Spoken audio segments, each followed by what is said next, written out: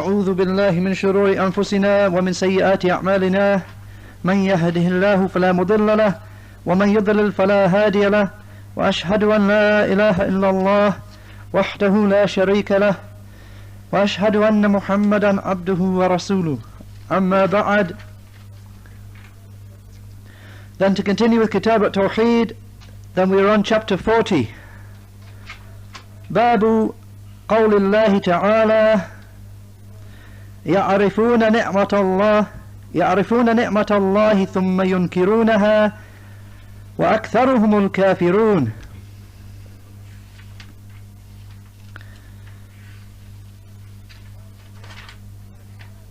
قال مجاهد ما معناه هو قول الرجل هذا مالي ورثته عن آبائي. وقال عون بن عبد الله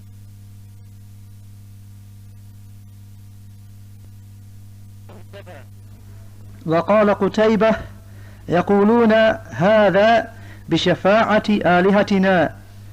وقال أبو العباس بعد حديث زيد بن خالد الذي فيه أن الله تعالى قال أصبح من عبادي مؤمن بي وكافر، الحديث، وقد تقدم، وهذا كثير في الكتاب والسنة يذم سبحانه من يضيف إنعامه إلى غيره ويشرك به.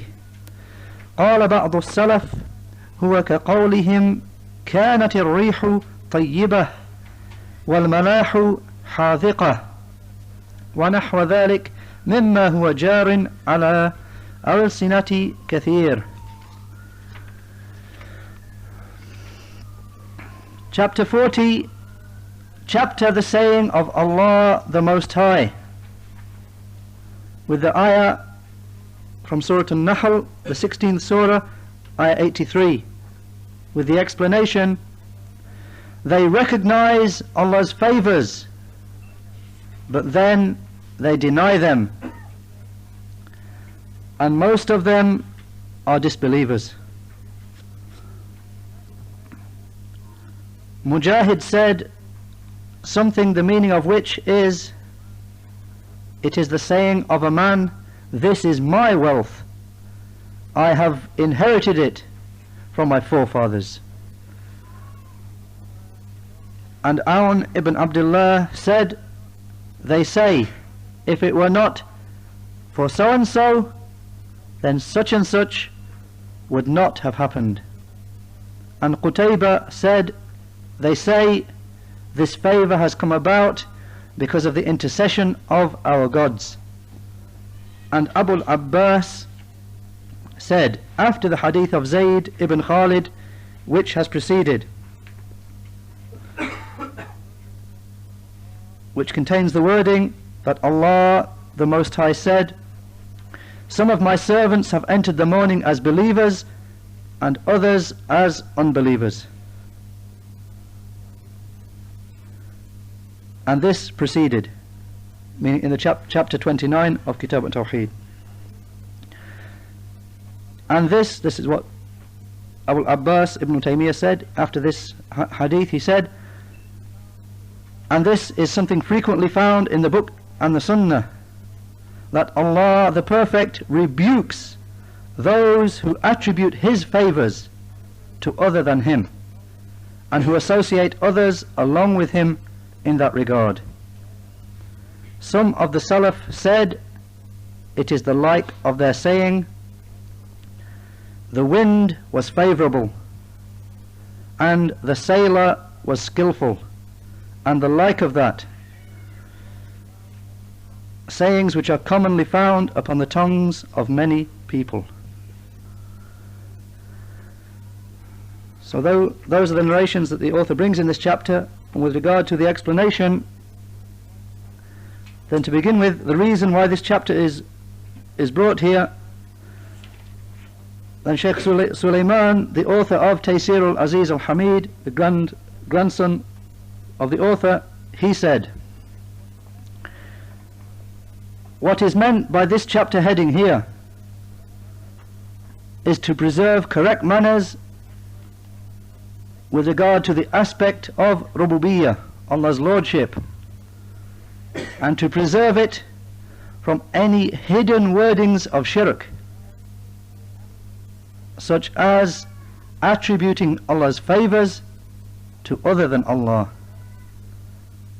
because doing that is an example of hidden shirk. Then with regard to the first ayah, يعرفون, or the only ayah in the chapter, يعرفون نعمة الله ثم ينكرونها وأكثرهم الكافرون.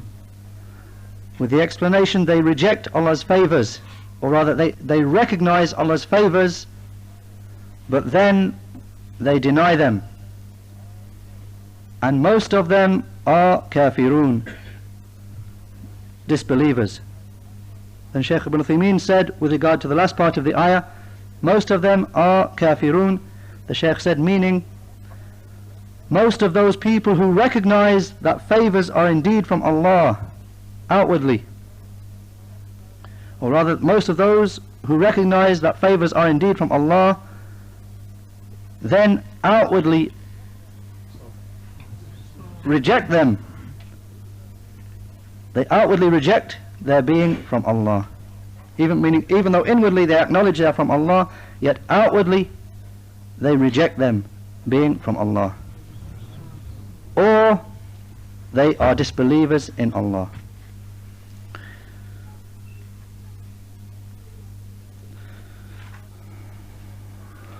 Then with regard to this chapter, Shaykh al-Fawzan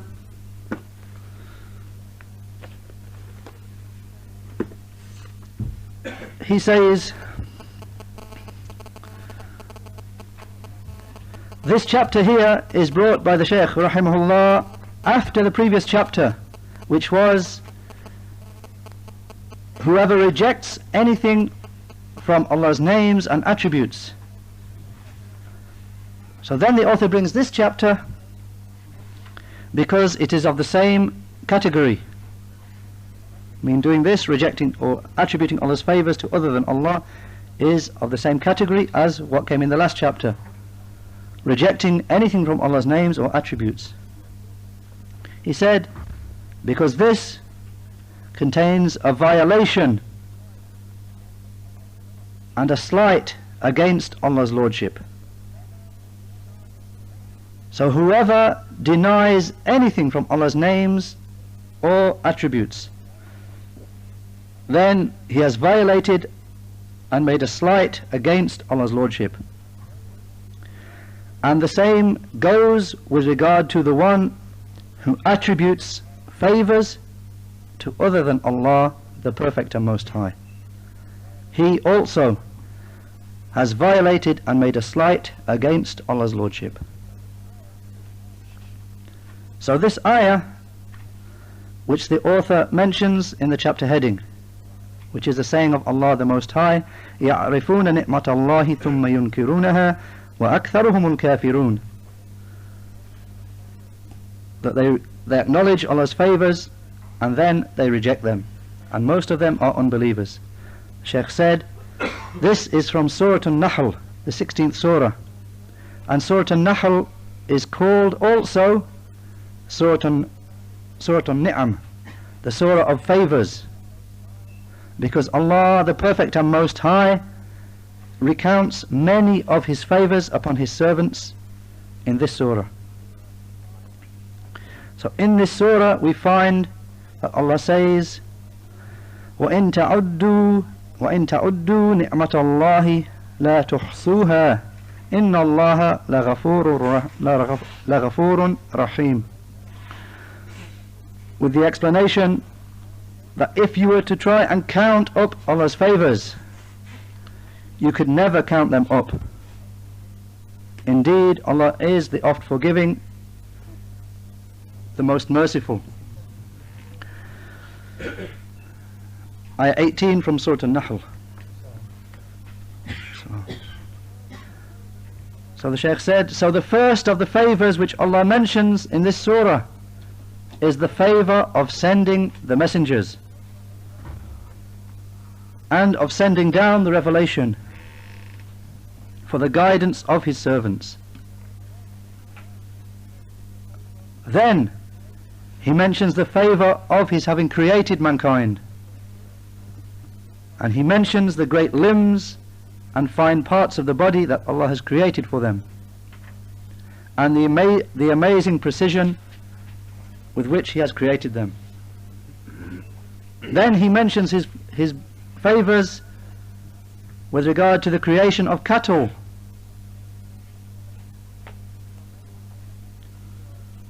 which are such as the camels,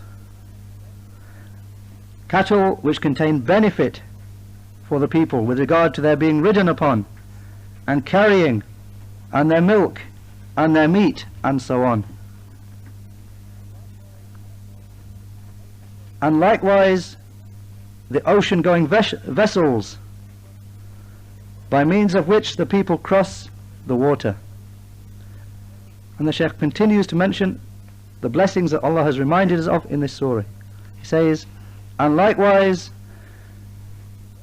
that which has been produced upon the earth with regard to different kinds of plants, which contain provision for the people and contain medicine for them and contain fodder for their cattle.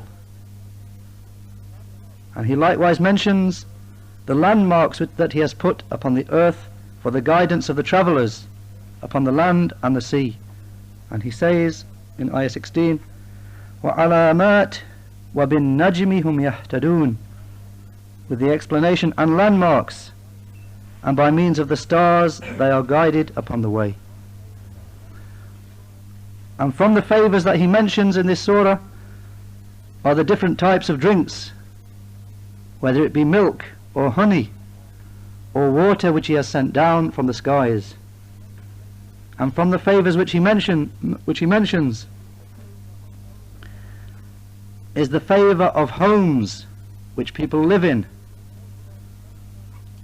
homes which shelter them from heat and cold,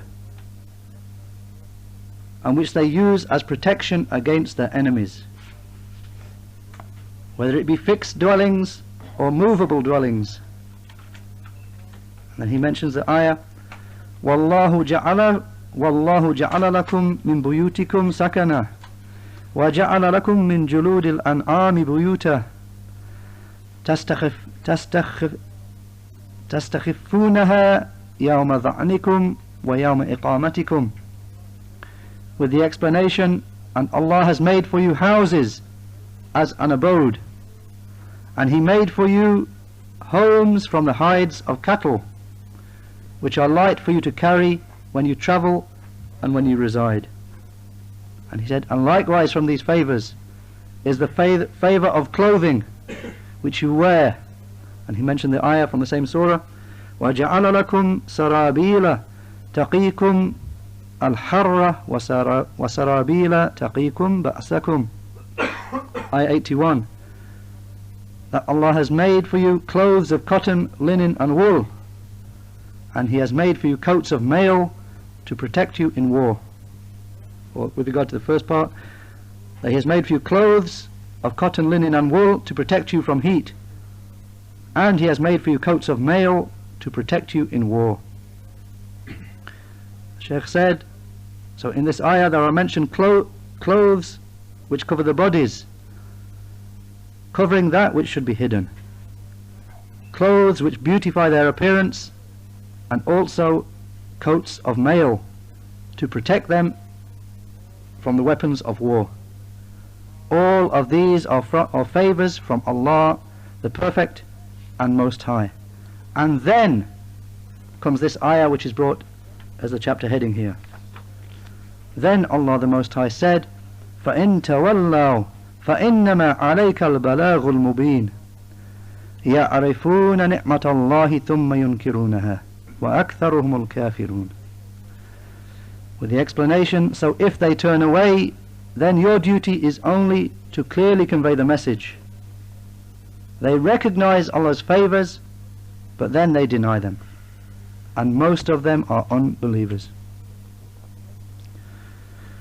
Then Shaykh al-Fawzan said, And the people of tafsir, may Allah have mercy upon them, mention a number of sayings in explanation of this ayah. And all these different explanations are correct.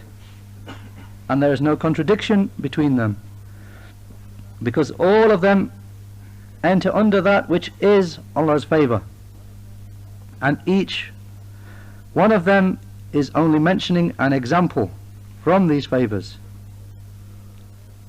And then he makes a general point and says, so the sayings of the people of tafsir do not contradict each other, and their differing in their sayings is just as Shaykh al-Islam Ibn Taymiyyah said, a differing of each one quoting a different example of something. It is not a case of their different sayings opposing each other, because an ayah or a number of ayahs or a surah may carry a number of meanings. So each one from the people of tafsir will take one of these meanings. So if you were to gather all these different sayings together about an ayah or the surah or a few ayahs, then you will find that it gathers all of these meanings which these different scholars of tafsir said. So from this is those who say what is meant by the saying of Allah the Most High, يَعْرِفُونَ نِعْمَةَ اللَّهِ, they recognize Allah's favours. Some of them say it means the favour is the sending of Muhammad sallallahu alayhi wasallam. And there is no doubt that this favour is the greatest of favours. And for this reason the surah begins with a mention of the sending of the messengers. And he mentions the second ayah of this surah. And he said, and some of the people of tafsir say what is meant by the favour, the ni'mah here, is every favour that Allah has mentioned in this surah with regard to the different types of favour. And he said, and Allah saying ni'mat Allah, Allah's favour, is a singular noun. The ni'mah he mentioned here is singular, attributed to Allah, so it covers all of the favours that Allah grants. So the meaning of Allah saying يَعْرِفُونَ نِعْمَةَ اللَّهِ, they recognize Allah's favour, he said it means they recognize the favours of Allah which are mentioned in this surah, and they do not reject them within themselves. So they recognize them with their hearts, that all of these things are favours from Allah. However, with their tongues they attribute these favours to other than Allah, the Perfect and Most High. Or they may do the opposite. They may with their tongues say that these are favours from Allah, however in their hearts they attribute them to other than Allah.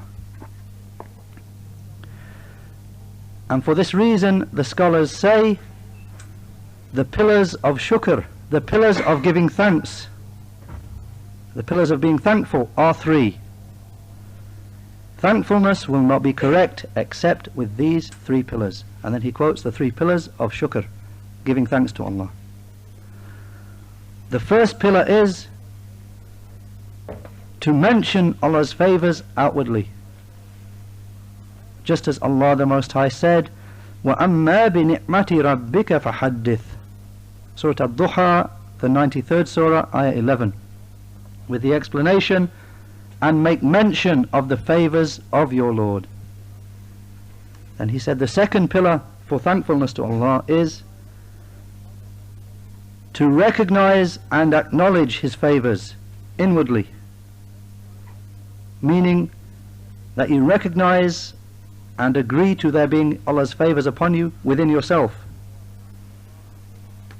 recognizing that they are from Allah the Perfect and Most High, such that your heart agrees with your tongue in acknowledging these favours as coming from Allah. And then the third pillar for thankfulness to Allah is that you utilize these favours upon obedience to the one who gave them and granted them to you, who is Allah the Perfect and Most High. Which means that you use these favours to help you upon obedience to Allah. Because if you use these favours to help you upon disobedience to Allah, then you have not been thankful for them. And he said with regard to the last part of the ayah, ثُمَّ يُنْكِرُونَهَا, and then they reject them. He said what is meant here by denying them is rejection of them, either by the tongue or by the heart, such that the person attributes these favours to other than the one who granted them, either by attributing these favours to the means by which they came about, or by attributing these favours to idols and false gods, or by attributing these favours to one's fathers and forefathers, or by attributing these favours to the servant's own efforts and earnings and skillfulness and knowledge. So that which the Shaykh rahimahullah mentions in this chapter are just examples for rejection of Allah's favours.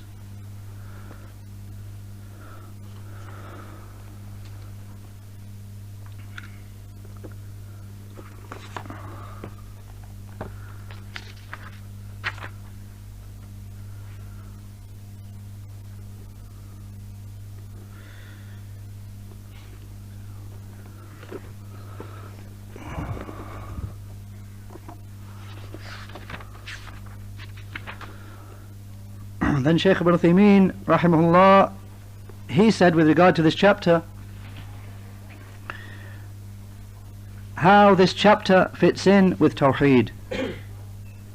He said, it is because whoever attributes a favour granted by the Creator to someone other than him, then he has made that other thing a partner or a sharer in lordship, because the person has attributed this favour to something which is just a means, declaring that means to be the doer who granted the favour. This is from one aspect, and in other words, that's one aspect of how this fits in with Tawheed. I mean, it's related to Tawheed of lordship. And he said, and from another angle, this person will not have fulfilled the thanks that are due, the thanks, the shukr, which is a type of worship. So leaving this thankfulness will be a negation of Tawheed, because what is obligatory is that that person should give thanks to the Creator who granted that favour, He the Perfect and Most High. So it, meaning attributing Allah's favours to other than Allah, it comes to have a connection with both Tawheed of Lordship and Tawheed of Worship. So by the person's attributing this favour to the means, declaring the means to be the one who brought the favour, then this will contain a negation of Tawheed of Lordship, Rububiyyah, and with regard to his abandoning giving thanks for that favour, thanks which is a type of worship, then this will be a deficiency in Tawheed of worship.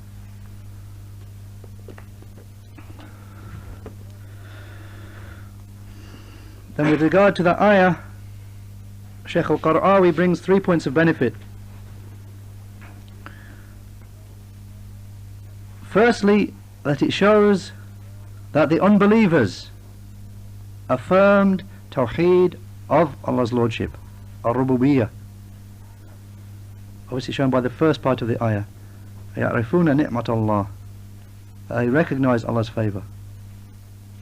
In their hearts they recognize that. And the second point of benefit is that thankfulness, as shukr, will not be completed except by words and by action along with belief. And the third point of benefit is that using the favours granted by Allah to commit sins is a rejection of His favours.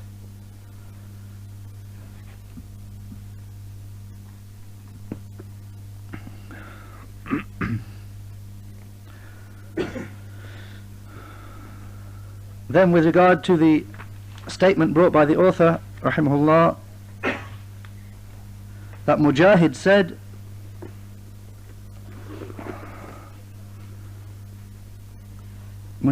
something with the meaning, and all these sayings that follow are in explanation of this ayah, that Mujahid said something the meaning of which is, it is the saying of a man, this is my wealth, I have it because I have inherited it from my forefathers.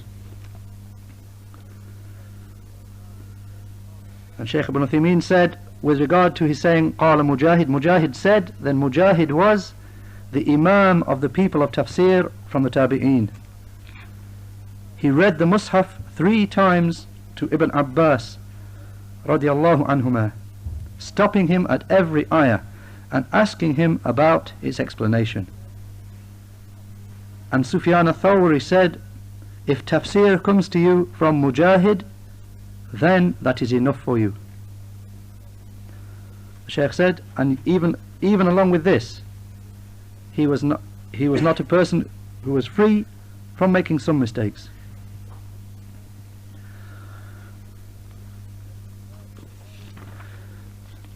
And then with regard to the tafsir that is reported from Mujahid, because the author says with a wording like, something like, then the actual wording, the explainer brings it, and it's reported by At-Tabari in his tafsir with a good chain of narration, that Mujahid said about this ayah, يَعْرِفُونَ نِعْمَةَ اللَّهِ ثُمَّ يُنْكِرُونَهَا, that they recognize Allah's favour and then they reject it. Mujahid said, it is the homes and the cattle and the provision that they have been granted and the clothes made of iron or the clothes they wear. The unbelievers of Quraysh acknowledged all of this, but then they rejected it by saying all of this is just something from our forefathers. We have just inherited it from our forefathers.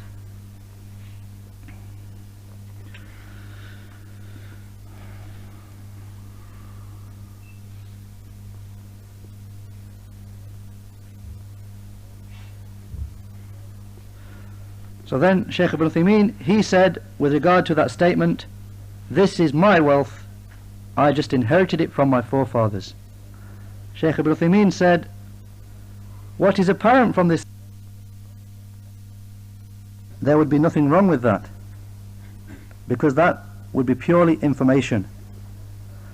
However, what Mujahid meant here was that a person attaching the reason he possesses that wealth, that the person attaches the reason he has that wealth to the means by which he got it, which was inheritance. Forgetting, the person is saying the reason I've got this, why I have it, is I've just inherited it. That's why it's come to me. That is what Mujahid is talking about and criticizing. The reason being inheritance. The person forgetting the one who caused that to come to him, which was Allah.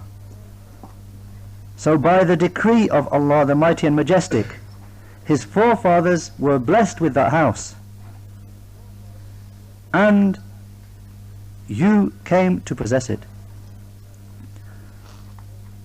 And by the legislation of Allah the Mighty and Majestic, that house passed from those forefathers to you, to your ownership, through the laws of inheritance laid down by Allah.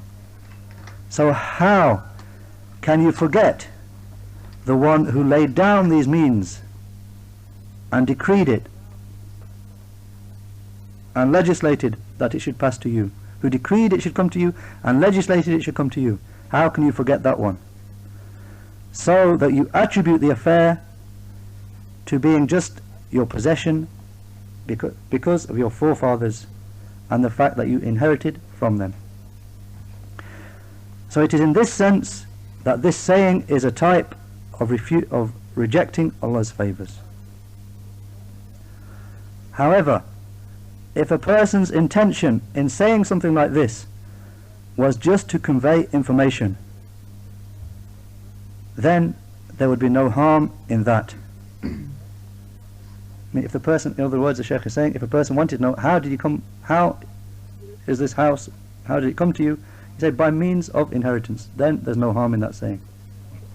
Then he gives an evidence. He said, because it is established that the Prophet sallallahu alaihi wasallam, when it was said to him on the day of the conquest of Mecca, will you settle in your home tomorrow? So he replied, وَهَلْ تَرَكَ لَنَا عَقِيلٌ مِنْ دَارٍ أَوْ رِبَاءٍ. And he said, and has Aqil left any home or property for us? The hadith reported by Al-Bukhari in the book of Hajj, hadith number 1588.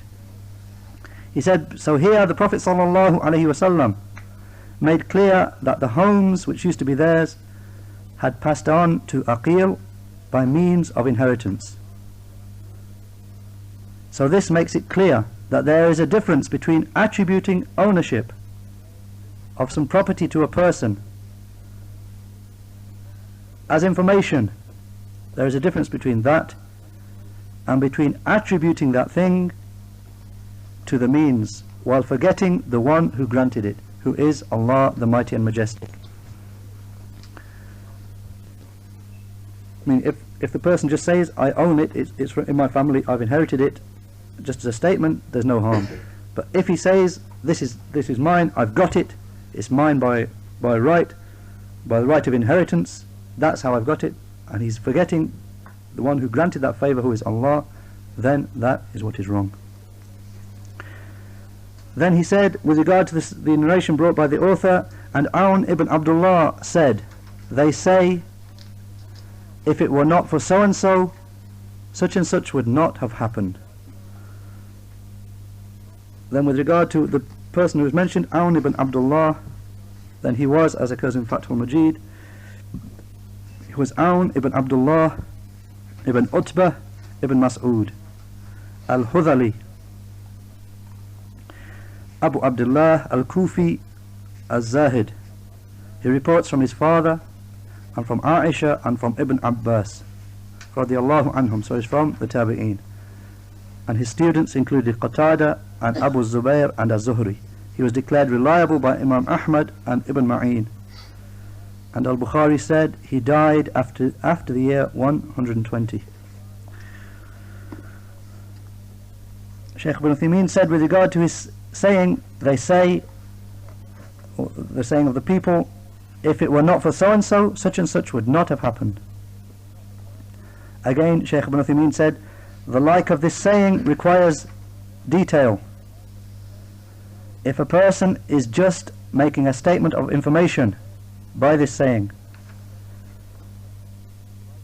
and what he is saying is a true fact, in accordance with the reality of the situation, then there is no harm in a saying like that.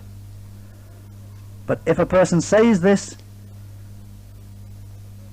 with the meaning and intention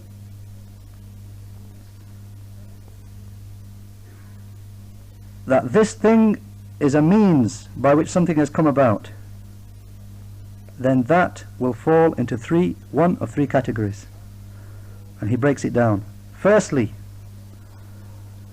meaning that something has happened, the person has gained some favour, and somebody said about it, that would not have happened if it were not for so and so. Then he said, then this will fall into three categories. If the person is saying that the person is a cause and a means for that to occur, it will be one of three cases. Firstly, if that thing that he declares to be a means is not a visible means for that favour to come about, and it has no effect at all in its occurring. For example, a person saying, if it were not for such and such wali, if it were not for such and such beloved servant of Allah, then this would not have happened. Then this saying will be major shirk, shirkun akbar, because the person saying it will be believing that this wali, this servant, has some control over the creation, even though he is dead. So the person will be believing he has some hidden control over the creation. So if something happens and a person were to say, it wouldn't have happened if it were not for so and so, and that person is dead, for example, then this is major shirk. The second case, if a person attributes it to something which is a means, and it is a correct means, its correctness is established in the legislation or established by physical experience, then it is permissible to say it in that case, with the condition that the person does not believe that the means produces an effect in itself, and that he does not forget the one who actually granted that favour. If a person receives a favour and someone is the means in bringing that favour to him, and it's a correct means, then he could say the like of this, as long as he doesn't forget the one who actually truly brings that favour, the one who produces that favour and grants it to him, who is Allah. And the third case will be that he attributes this favour that came to a visible means. However, it is not established that that is truly a correct means, neither in the legislation nor in physical experience. Then that will be a type of lesser shirk, shirkun asghar. And he gives an example to make it clear. He says, such as charms and amulets, about which people say they prevent the evil eye, and so on. Because one who holds that, he will be affirming a means to repel the evil eye, a means which is not made a means by Allah. So he will be committing shirk in affirming a means which is not a means.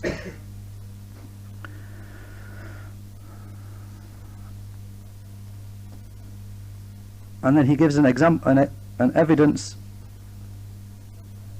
for the second kind of these, affirming something which is a correct type of means, saying, if it were not for something, if it were not for so and so, this would not have happened. And that thing that he declares is a correct, established means.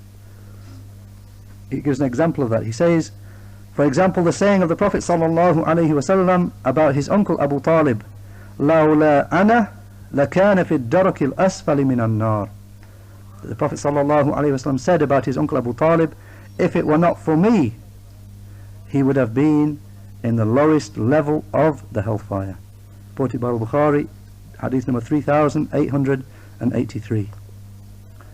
The Shaykh said, and there is no doubt that the Prophet sallallahu alaihi wasallam was the furthest removed of the people from shirk, and was out of all the people the purest and sincerest in tawheed of Allah the Most High. So here the Prophet sallallahu alaihi wasallam attributed something to its means, meaning his uncle being removed from the lowest part of the hellfire, he attributed the means, the reason for that, to himself, that he was that means. Shaykh said, however, he was a correct means according to the legislation, because permission to intercede for him was granted for his uncle, that the hellfire should be reduced for him, the punishment of the fire should be reduced for him, such that he will be in a shallow part of the fire, so that he will wear 2 shoes of the fire, from which his brain will boil, and he, Abu Talib, will not think that anyone in the fire has a more severe punishment than him, when actually he has the least punishment, but he'll think that nobody has a more severe punishment. Because if he thought that anyone else had a more severe punishment than him, then it would at least be some consolation to him. But he will not even get that, not even consolation. Allahu musta'an.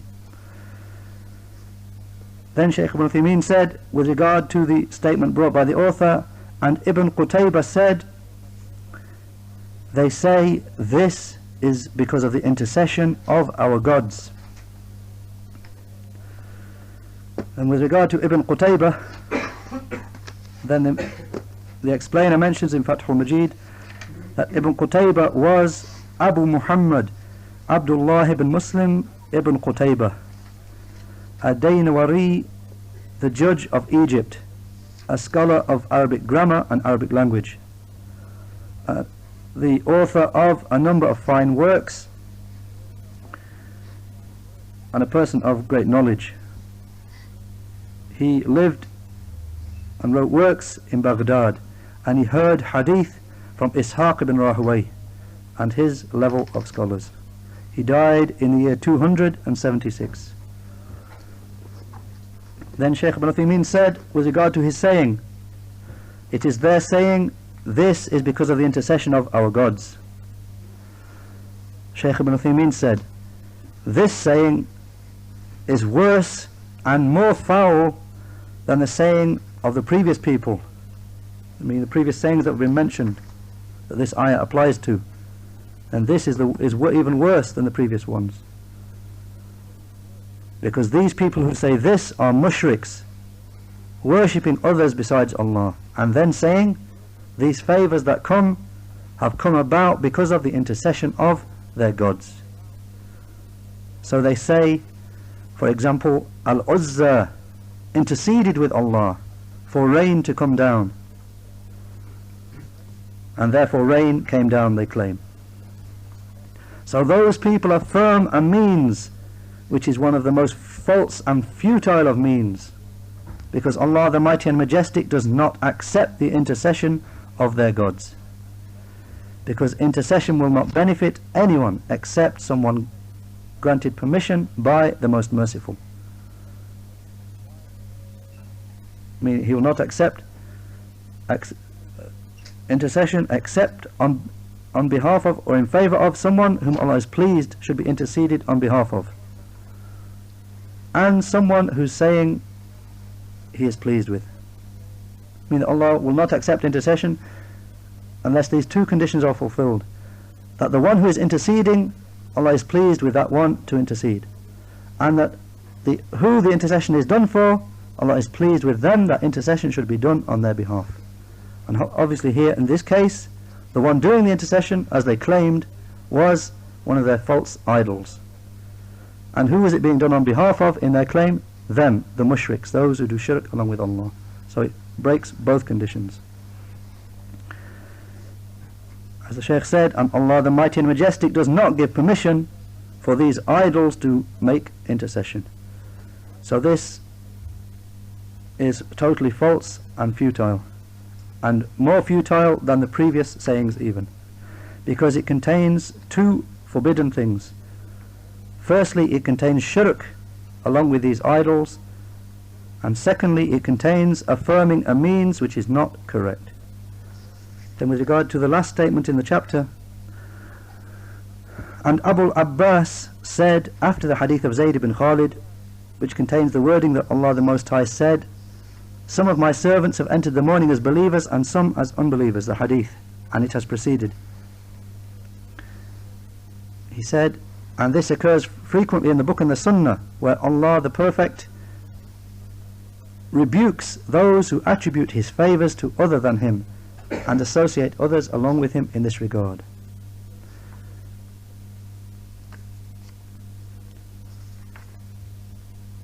And he's saying, and some of the Salaf said it is like their saying, the wind was favourable and the helmsman of the ship was very proficient, and so on, which is very common upon people's tongues.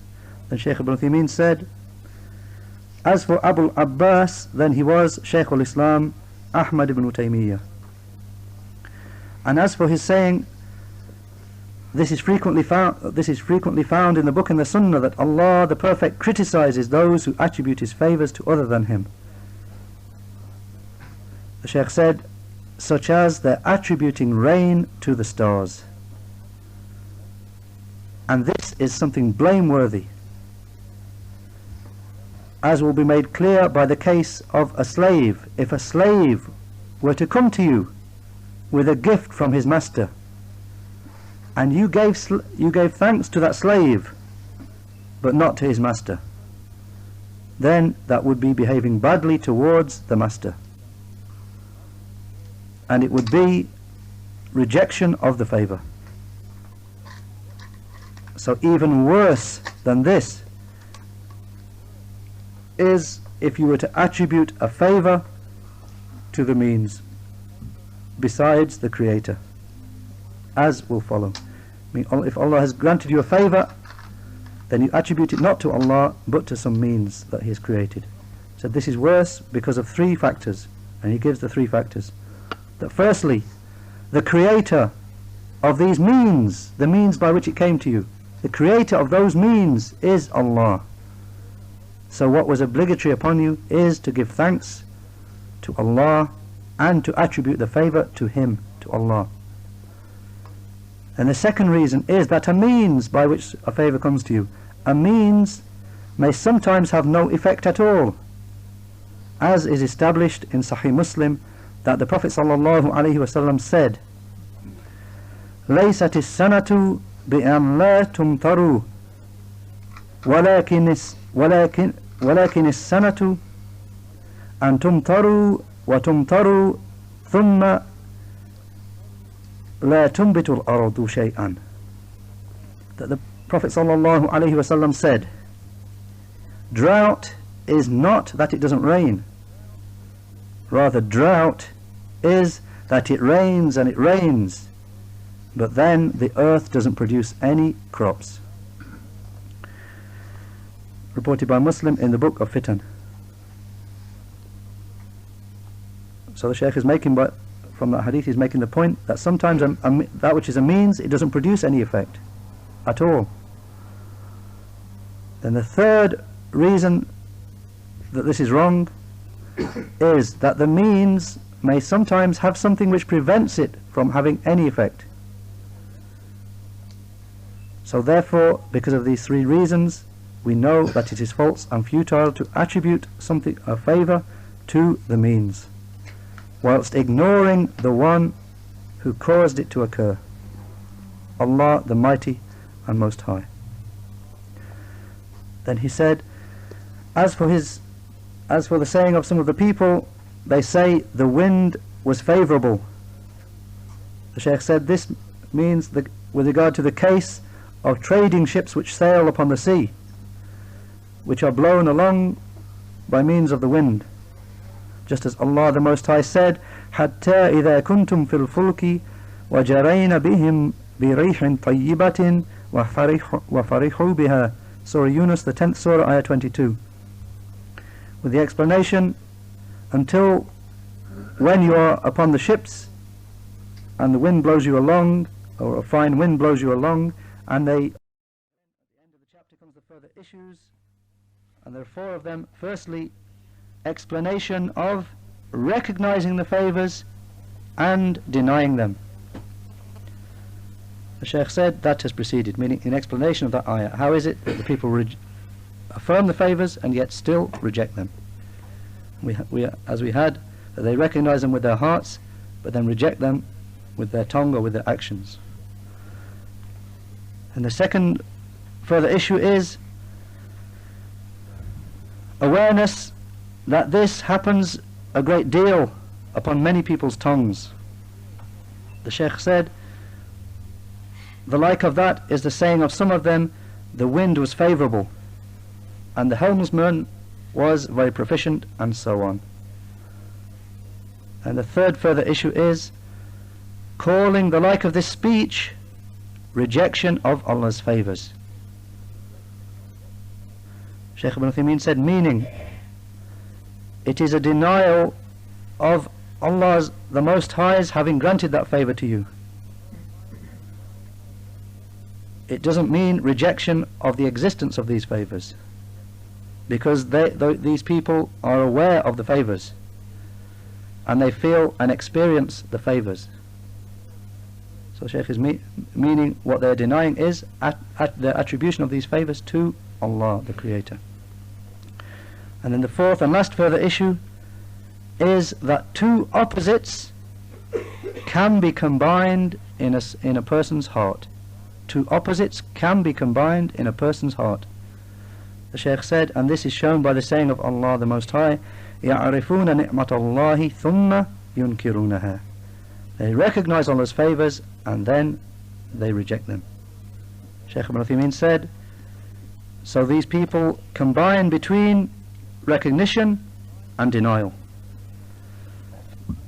And likewise, and he brings an important point that should be known, and likewise it can happen that a person can have the quality of Iman, or he can have one characteristic of Iman, and he can have a characteristic of unbelief. And it may happen that a person can have a characteristic of evil doing and a characteristic of being righteous. That's the end of where the Shaykh brings it, obviously in opposition to the saying of the Khawarij and the Murji'ah. The saying of those people that anyone who has a quality of unbelief is an unbeliever altogether, and so on. And just finally, when Shaykh al-Fawzan stresses the importance of this chapter,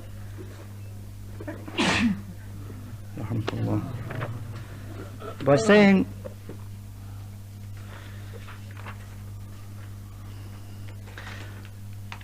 this chapter is very great because it brings a cure for a problem which many people fall into and do not even take account of, so that they speak with words which they think are something very slight, when in reality they are something very tremendous or very serious with Allah, in that the people attribute favours of Allah the Most High. They attribute these favours to other than Him, and they do not give thanks to Allah the Perfect and Most High for these favours, which is why the author brings the saying here, and the like of these sayings which are very frequently found upon people's tongues. He said, because this contains an indication that we should not fall into such serious mistakes, which are so serious that Ibn Abbas radiallahu anhu said in explanation of the ayah from Surah Al-Baqarah, فَلَا تَجْعَلُوا لِلَّهِ أَنْدَادًا وَأَنْتُمْ تَعْلَمُونَ, with the explanation, do not set up rivals along with Allah whilst you know. Shaykh Ibn Abbas said in explanation of that, and it's reported by Ibn Abi Hatim, and Shaykh Muqbil said its chain of narration is Hasan good. So Ibn Abbas said about this ayah, do not set up rivals along with Allah when you know. Ibn Abbas said it is the saying of a man, if it were not for Allah and for so and so, and the saying of a person, it is just as Allah has willed and you have willed, and if it were not for the little dog, the thief would have got to us, and if it were not for the noise made by the duck, or if it were not for the noise made by the duck in the house, then the thief would have got to us. The end of his quote. Shaykh said, and the like of these sayings, because the like of these involve setting up rivals along with Allah the Most High. The Shaykh finalized by saying, so these are matters which in people's customs are something just slight and easy. However, they are very serious because they involve rejection of the favours of Allah the Perfect and Most High, and involve evil manners with regard to Allah's Lordship. Walhamdulillah wa sallallahu ala Muhammad.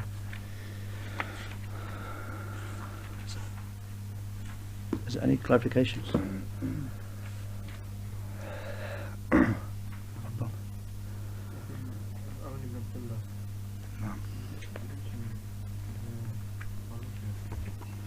With regard to Awn ibn Abdullah, then they explain it in Fathul Majid. The way he mentioned it was that he was Awn ibn Abdullah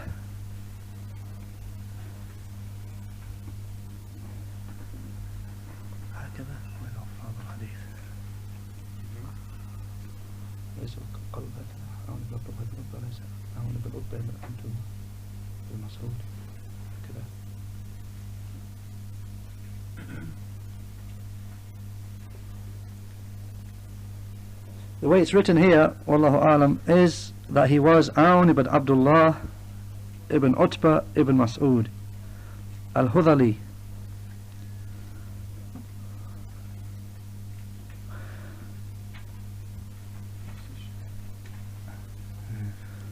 Abu Abdullah al-Kufi al-Zahid, who narrated from his father and from Aisha and from Ibn Abbas radiyallahu anhum.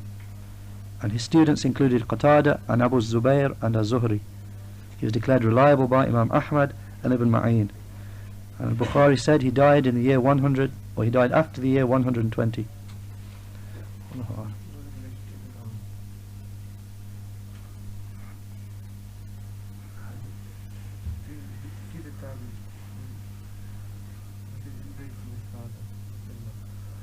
That's why I think it's totally the other way around.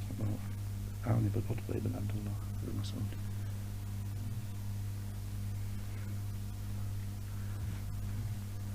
Wallahu A'lam, I'll check it inshallah. And maybe his name should be the other way around, Wallahu A'lam, in the middle, Wallahu A'lam.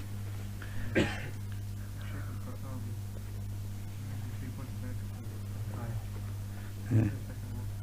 With regard to the points of benefit for the first ayah brought by Shaykh al-Qara'awi, and the second of them was that thankfulness, as-shukr, will not be completed except through saying an action along with correct belief.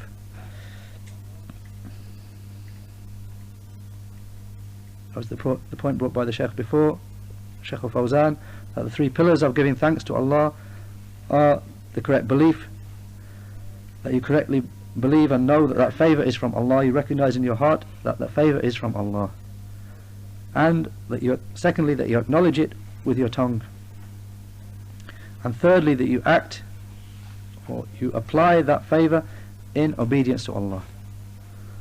So you combine the belief with the saying, with the action, and then if you do that, then thankfulness will be complete for that favour.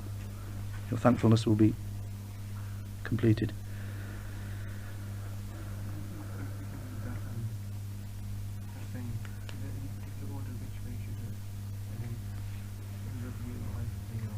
As long as you've got all those three. If you miss any of those three, then you have not thanked Allah correctly for that favour. That in your heart you acknowledge it as a favour from Allah, and with your tongue you affirm it is Allah's favour. You don't attribute it to anyone else besides Allah with your tongue, and that you act, you use that favour in obedience to Allah, not using that favour that He's granted you to disobey Him.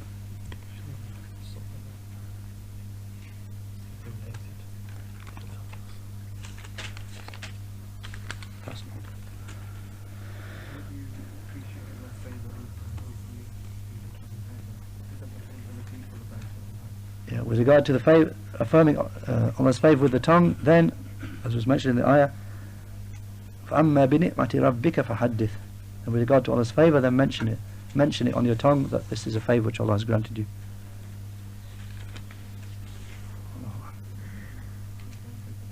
Yeah.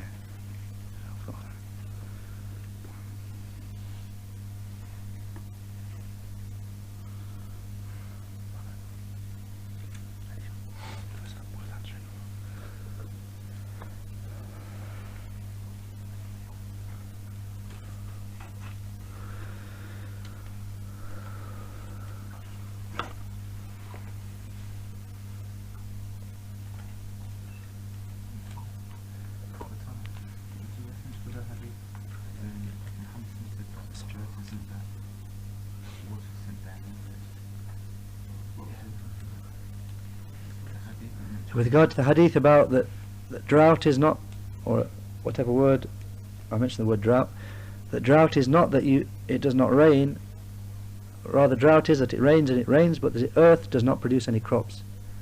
So the Shaykh has mentioned that obviously the rain is a means. The rain is a means by which crops grow. So here this hadith is used as an example that the means for crops to grow being the rain, the means can come about. He can chuck it down with rain, but still crops sometimes don't grow. It's one of the proofs that we should not, that it's a serious mistake to attribute favours not to the one who granted them, but to the means by which they come about. Because the means sometimes it doesn't even produce any effect. Allah. The hadith was reported by Sahih Muslim in the book of Fitan, book of trials.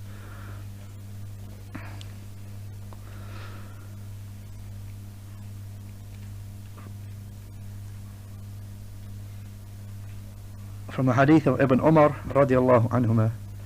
In the Arabic it's hadith number 2904. Allah.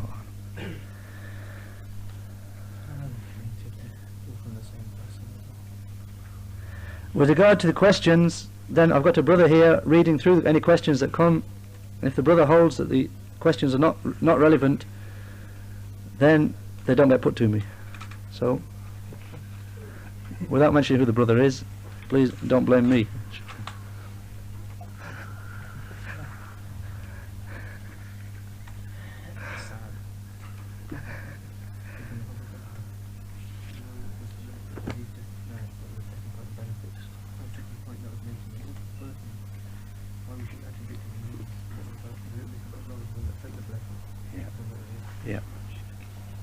With regard to those the three reasons, and first the Shaykh gave the example why it is wrong and why it is blameworthy to attribute Allah's favours to someone other than him.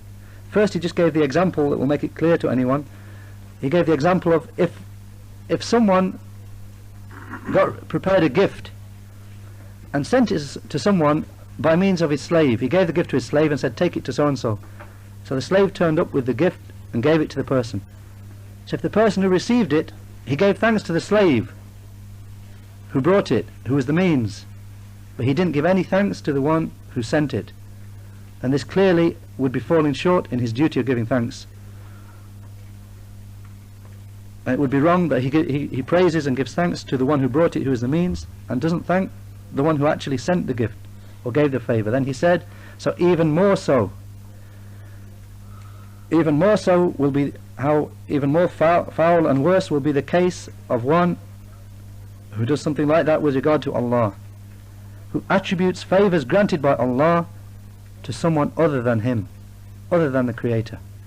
And he said this is worse for three reasons. The first reason being that Allah, not only is Allah the one who gave the favour, but Allah is also the one who created the means as well. So you should give thanks to Allah and you should attribute that favour to Allah. And then the second and third point were with regard to the means. Secondly, that a means may sometimes have no effect. And then he quoted the hadith about the rain, that sometimes it can rain and doesn't produce any crops. That's the means, but it doesn't produce any effect. And then thirdly, that a means may sometimes have something that stops it from working.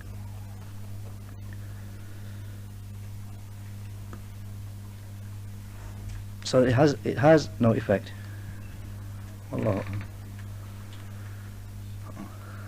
question trickled through.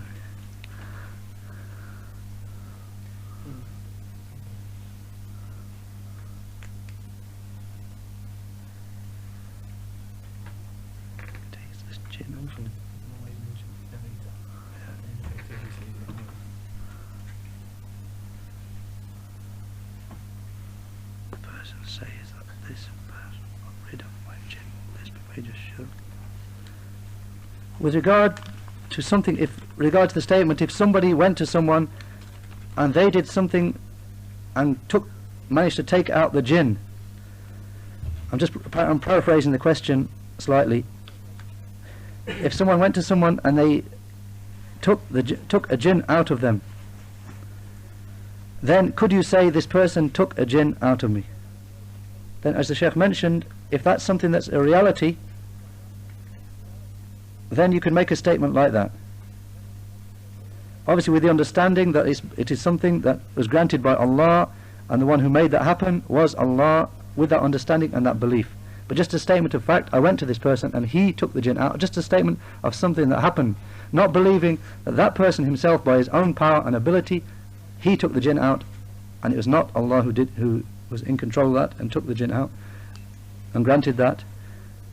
Then as long as he didn't believe that, then it would be okay. He just made a statement of fact, this person, I went to him and he took the jinn out. And with regard to the part of the question that if I went to an innovator and he took a jinn out, then keep away from the people of innovation, and don't go to people of innovation with regard to this, taking jinns out, or with regard to anything else. Rather, it's an obligation upon us to keep away from the people of innovation and not to go to them for anything. Wallahu a'lam. And if you go to a person of innovation, then how on earth will they apply the sunnah upon you and try and take the jinn out according to the sunnah? Rather, they're most likely to bring into matters of shirk and magic and innovation to get the jinn out, which will either involve shirk or bid'ah, or make the situation worse than it was in the first place. Wallahu a'lam.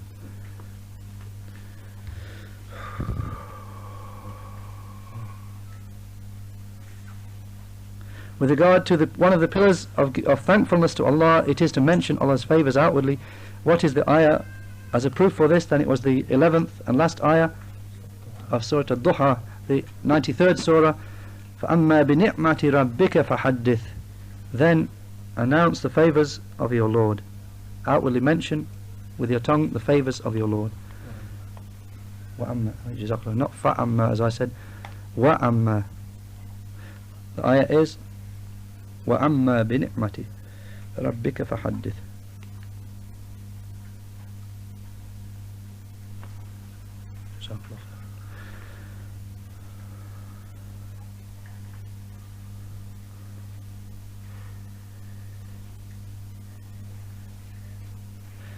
With regard to if someone attributes a favour to someone other than the Creator who granted the favour, then he has set up a partner with Allah. But in which category of Tawheed does this fall under? Rububiyyah or Uluhiyyah? Then as came before, it can fall into both. Because if you affirm, if Allah grants you a favour and you attribute it to someone besides Allah, then as Shaykh Ibn Uthaymeen mentioned, it falls into the category of Rububiyyah, Allah's Lordship. It falls into breaking that, because you have attributed this favour which is granted by Allah to someone other than Allah, as if you've set up someone besides Allah who grants favours. So that will affect the aspect of Tawheed or Rububiyyah, Tawheed of Allah's Lordship, attributing a favour to someone besides Allah. And it will affect Tawheed of worship, Uluhiyyah, by the fact that Allah granted you that favour, therefore it was due a piece of worship was due upon you because of that favour, which was that you give thanks, you give shukr, you worship Allah by giving thanks to Him for that favour. Yet you didn't give Him that thanks. You did not give thanks to Allah for that favour, rather you attributed the favour to someone besides Him. So you fell short with regard to worship that was due upon you. So it affects both of those categories, lordship and worship.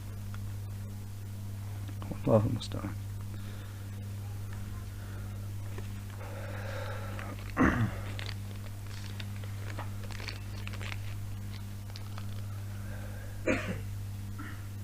سبحانك اللهم وبحمدك أشهد أن لا إله إلا